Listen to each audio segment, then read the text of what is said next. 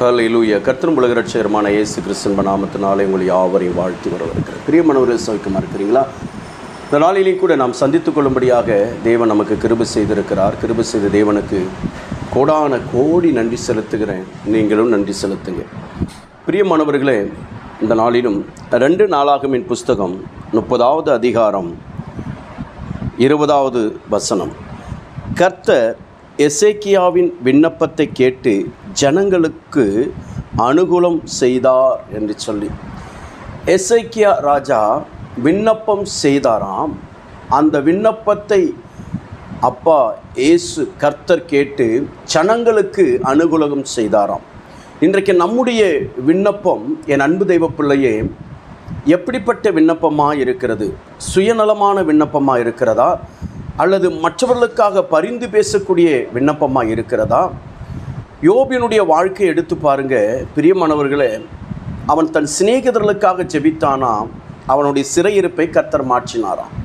இன்றைக்கும் நம்முடைய ஜெபம் மற்றவர்களுக்காக இருக்கும் பொழுது நிச்சயம் என் அன்பு தேவ பிள்ளையே, நம்முடைய சிறையிருப்பையும் கர்த்தர் மாற்றுவார், ஜனங்களுக்கும் அனுகூலமான காரியத்தை செய்வார்.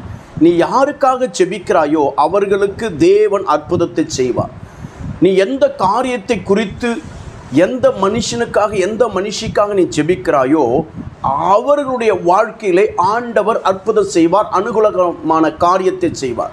இந்த அனுகூலமான காரியம் என் அன்பு தேவ பிள்ளையே, அவர்களுடைய வாழ்க்கையிலே கர்த்தரை மறவாமல் இருக்கும்படியாக எப்பொழுதும் கர்த்தரை துதித்து கொண்டிருப்பார்கள். தினம் தினம் தினம் தினம் என்று சொல்லி வேதம் சொல்லுகிறது. எப்பொழுதும் கர்த்தரை மகிமைப்படுத்தி கொண்டிருப்பார்களாம். இன்றைக்கு ஆண்டவருடைய நாமத்தினாலே ரட்சிக்கப்படாத ஜனங்கள், ஐயோ இவர்கள் ரட்சிக்கப்படவில்லையே, இவர்களுக்கு இப்படி இருக்கிறார்கள் என்று சொல்லி புலம்புகிறோமே தவிர, ஆலயத்துக்கு போக மாட்டாங்களே, வரமாட்டாங்கன்னு சொல்லி புலம்புறோமே தவிர, அவர்களுக்காக ஜெபிக்கிறோமா? ஜெபம் நம்முடைய உயிர் மூச்சியாக இருக்கட்டும். ஜெபம் என் அன்பு தேவ பிள்ளையே சாதிக்கக்கூடியதாக இருக்கட்டும். சாதிக்கும், ஜெபம் சாதிக்கும்.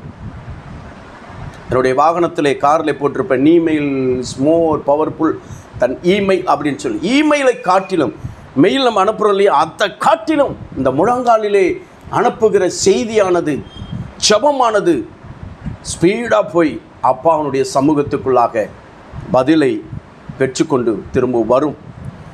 ஏனென்றால் என் அன்பு தேவ பிள்ளையே, அவர் எல்லா ஜனத்துக்காக தான் ரத்தம் சிந்தினார். உன் குடும்பத்துக்காக ரத்தம் சிந்தினார். ரட்சிக்கப்படாத பிள்ளைகளுக்காக ரத்தம் சிந்திருக்கிறார். எல்லாருக்கும், இந்த மனுகுலகத்துக்கே பாவ மன்னிப்பை கொடுக்கக்கூடிய ஒரே ஒரு தெய்வம் இயேசு கிறிஸ்து. அவரிடத்தில் நாம் மண்டியிடும் பொழுது, ஜெபிக்கும் பொழுது தேவன் ஜெபத்தை கேட்டு நீ யாருக்காக மன்றாடுகிறாயோ அவர்களுக்கு அற்புதத்தை செய்வார். அதில் எனக்கு என்ன பிரயோஜனம் அப்படின்னு சொல்லி கேட்காத. அதுக்கு தான் யோபை குறித்து நான் சொன்னேன். உன் சிறையிருப்பை கர்த்தர் மாற்றுவார். என் அன்பு தெய்வ பிள்ளையே, தெய்வ சமூகத்துக்குள்ளாக ஆண்டவருக்கு மகிமையாக சொல்லுகிறேன், பிறருக்காக நாம் ஜெபிப்போம்.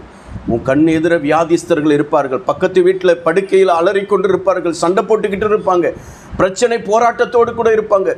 குடியின் நிமித்தம் அந்த குடும்பம் அலக்கழிக்கப்பட்டிருக்கும். பொண்டாட்டி ஒரு பிள்ளை ஓடி இருப்பாங்க, பிள்ளைங்க ஒரு பக்கம் அலறி ஓடி இருப்பாங்க. அதெல்லாம் பார்த்துட்டு சும்மா இருந்துடாத. அவங்களை கூட கர்த்தர் விட்டு விடுவார். உன்னை என்னை விட்டுவிட மாட்டார், விட்டுவிடவே மாட்டார். ஏன்னா கணக்கு நம்மக்கிட்ட தான் கேட்பார். முதலாவது தேவனுடைய வீட்டிலிருந்து தான் நியாய தீர்ப்பு தொடங்கும். யாருக்கிட்டையும் கேட்க மாட்டார்.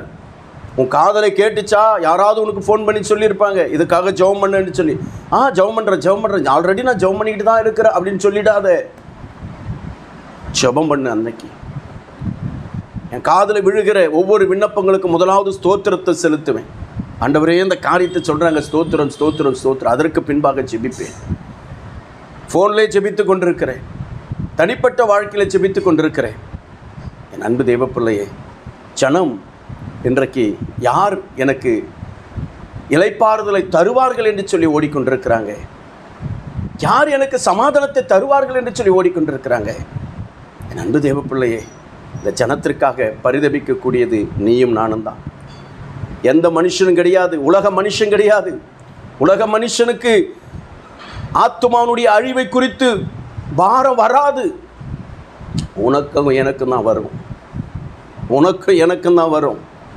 அன்பு தேவ பிள்ளையே, ஜனங்கள் அழிந்து கொண்டிருக்கிறார்கள், மாண்டு கொண்டிருக்கிறார்கள், மாயை தேடி ஓடிக்கொண்டிருக்கிறார்கள். அதையெல்லாம் ஏசப்பாக்கு சொந்தம் என்பதை நீயும் நானும் அறிந்து ஜெபித்தால் ஏசப்பா கிட்ட அது திரும்பி வரும். அதுக்கு அனுகூலமான காரியத்தை செய்வார். இந்த எசேக்கியாவை போல நாம் விண்ணப்பம் செய்வோம், ஜெபிப்போம், ஜனங்களுக்காக ஜெபிப்போம்.